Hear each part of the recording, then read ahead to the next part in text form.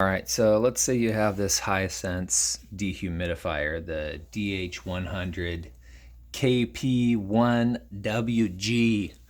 Let's say you have that bad boy. It's turned around backwards, but looks like that. We have it running in continuous mode into a pit. And let's say you have damage to the cord. Now they have this little sign that says, warning, don't repair. And if you don't know what you're doing, that's probably really good advice, but I can show you just some straightforward how I repaired it when ours got damaged. So if we come over here, we have it apart. This I didn't bother taking off all the way because there are a bunch of cord connections.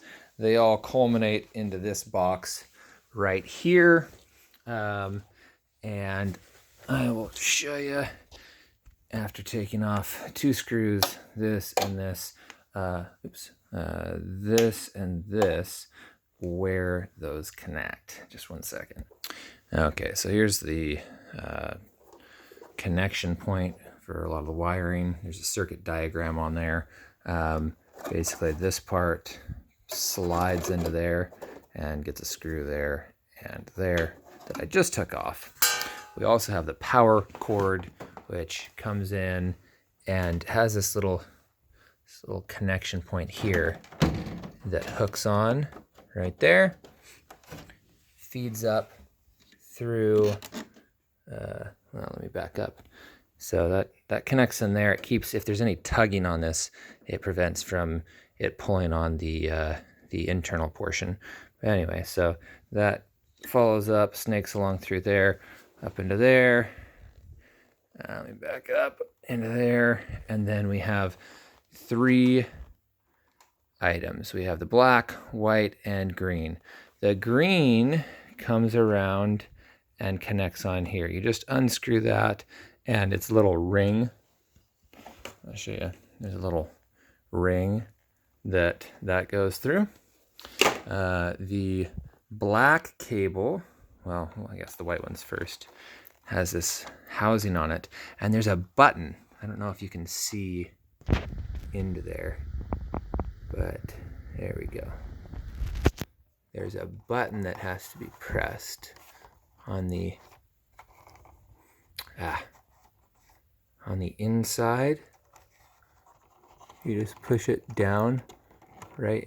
I'm gonna back up but anyway, the point being, you have to sort of push in, and I can show you once I pull this off. There we go.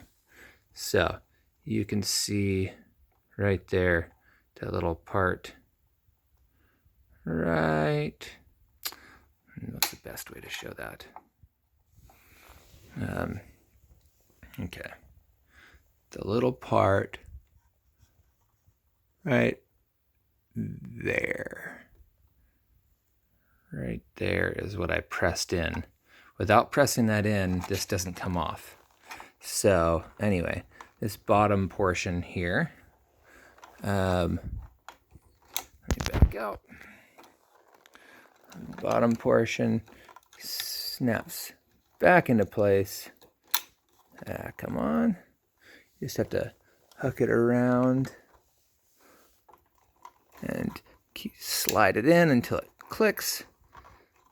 Then this plastic housing goes around to protect from any electrical sparking. That wraps, make sure that's fully seated all the way in and up against. And the black cord, same thing, it goes here. You can see, just follow from the existing cord. It's on this black box on the left-hand side. So those are your three wires. These two wires go up inside of the box. The green wire stays outside of the box and goes around. So those are in there and tucked in. And let's put this box on. So this hooks in a couple of spots that hook and then slide. That lets you hold it in place while you screw those. Just a moment. All right, so the cable's connected, and I'll just make a note that I tried to get one from the manufacturer, and I waited 3 months, and it wasn't coming. So finally, I just got my own. I got a black extension cable that was rated the same, and by rating, I mean the proper gauge wiring. If you look at this, on the outside of here, it says 90 degrees Celsius, 3x16 amp, WG, 300 volt, and it says somewhere in there 16 gauge, although I'm not seeing that. Anyway, point being, it's a 16 gauge cabling is what this cord is. So I snipped the end that matched the existing cord, which was this bad boy. And this isn't printed quite as clearly, but says essentially the same thing. The only difference being the temperature rating and maybe the shear strength, but that's not going to be an issue. It's 3x16 AWG. Oh yeah, that's what it is. The 316 amp. So that's the gauge. 1.31 mm2. So we have 3 by 1.31 mm2, 16 AWG, and the 300 volts. So that matched, all of that matching.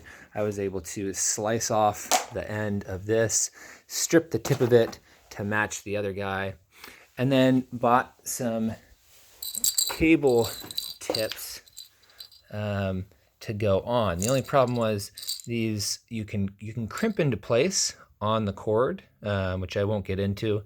You can look that up separately if you care. The problem is these didn't fit. They didn't slide on, and they didn't pop into place, and they didn't have a button. I actually wound up reusing theirs by opening up and then re-crimping.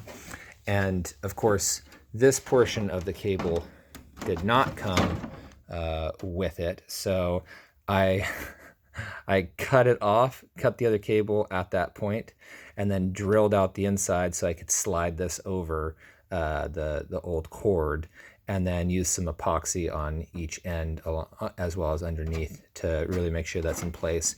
Again, that just keeps it from being pulled on unnecessarily and yanking out these internal parts. So anyway, that being said, let's get on with putting the case back together. So that cord gets slotted into place.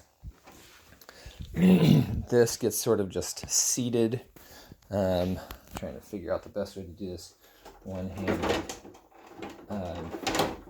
But the problem with this guy is that it seats over top of this one.